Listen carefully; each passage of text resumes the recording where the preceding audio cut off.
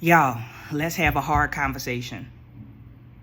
But first, I want you to watch in full the full video by Jay Fox from TikTok that made me even think to have this hard conversation. I had it in my stories on Instagram, but I want to have it here. So watch this in full. No one ever talks about the natural separation that happens when you are a Black queer person and you have Black straight friends. Because for years I've tried to put words to it and understand it. Like, why does this happen? Why do I feel this way? Because the thing is that my straight Black friends, your straight Black friends will say stuff like, girl, I don't care if you're gay. I don't care who you date. Love is love. I don't give a shit. And that didn't even really sit well with me until I just recently came to understand why. Indifference is not support. Because just as those friends would say, I don't care, girl, love is love, I don't give a shit. It's like you're letting your man say and do wild homophobic shit in my presence. I feel like it's unrelatable for some reason for me to talk about queer topics because y'all don't really respond. It's just at some point, your Black straight friends need to show up in a more intentional way. And you have the choice of having that conversation with them or just kind of letting time do its thing and you find more people who you just align with better. But it always happens. And once again, it's just like that lack of intersectionality. It's like y'all just act like it doesn't exist. It's like we go to marches and shit together. We've donated to GoFundMe's and shit together, but let me open up my mouth about some gay shit that I'm trying to support. But it's unrelatable to you. It's like there's a learning curve for you, and it's weird.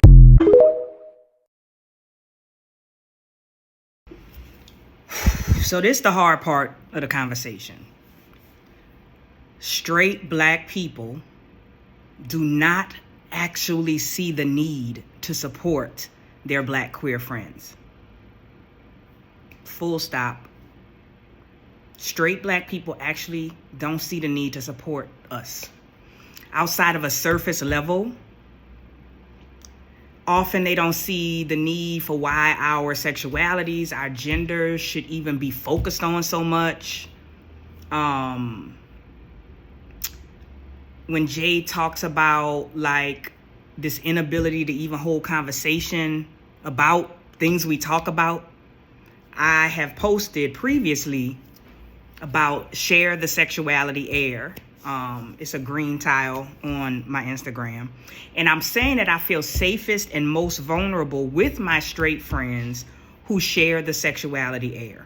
And by that, I mean, they respond often it seems like straight Black, I'm talking about Black people because I'm Black, straight Black people don't have a fluency in talking about gay shit like gay people have a fluency in talking about straight shit. And I get it. One is normalized, one is not. But for me, I feel safest when they can share that air, meaning that they can respond to my conversations about sex, dating, women in ways that are open, astute, inclusive, educated, full of inquiry, generative, and not awkward as fuck. Where it's just they quiet. Whereby, I know heteronormativity is our societal model. I know. And our relationship is not centered around the standard heteronormative ways. Those are the relationships that feel most safe.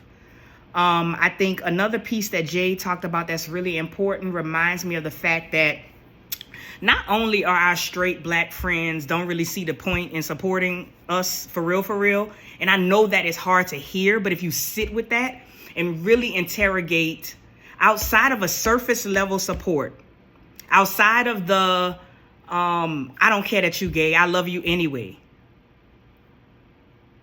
Our straight Black friends would probably actually date people who held homophobic and transphobic opinions, ideologies.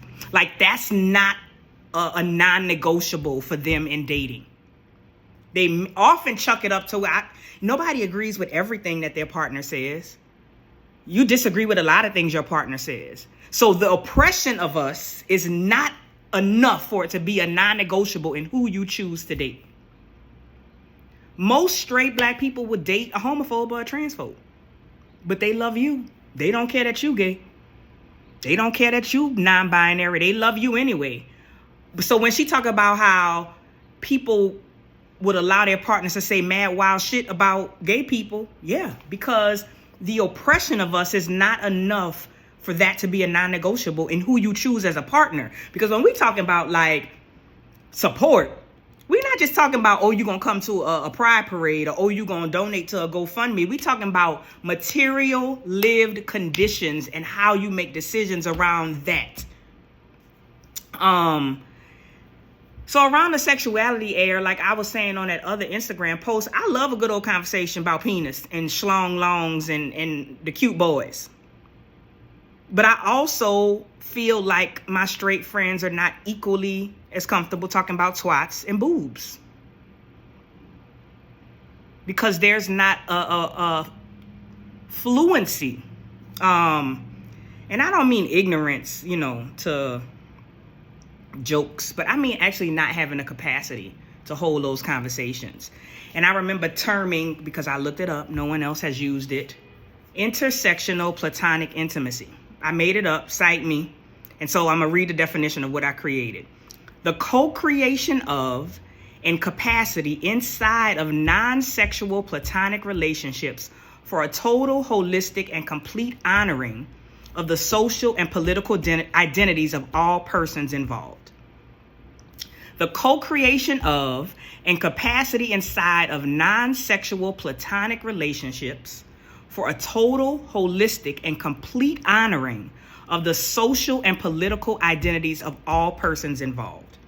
This honoring collides to create overlapping and interdependent systems of affirmation and experiences of being seen, valued across identities, persons, and experiences. And typically when you got a queer black person and a straight black person, there's not a total honoring of all identities. Typically the queer person has more of a capacity to honor the identities of the straight person than vice versa. Yeah.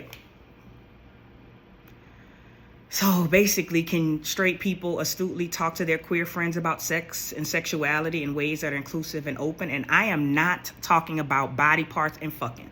I am talking about the totality of what makes a person a person. I just simply don't think that straight black people see the need to support their black queer friends.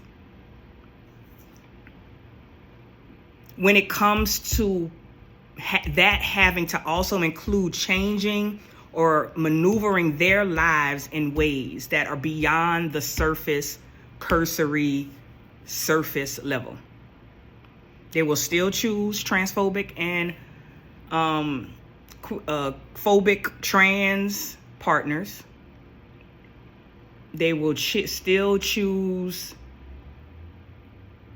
Yeah, it's humbling and mind-blowing. And when I was thinking about it, I'm like, damn.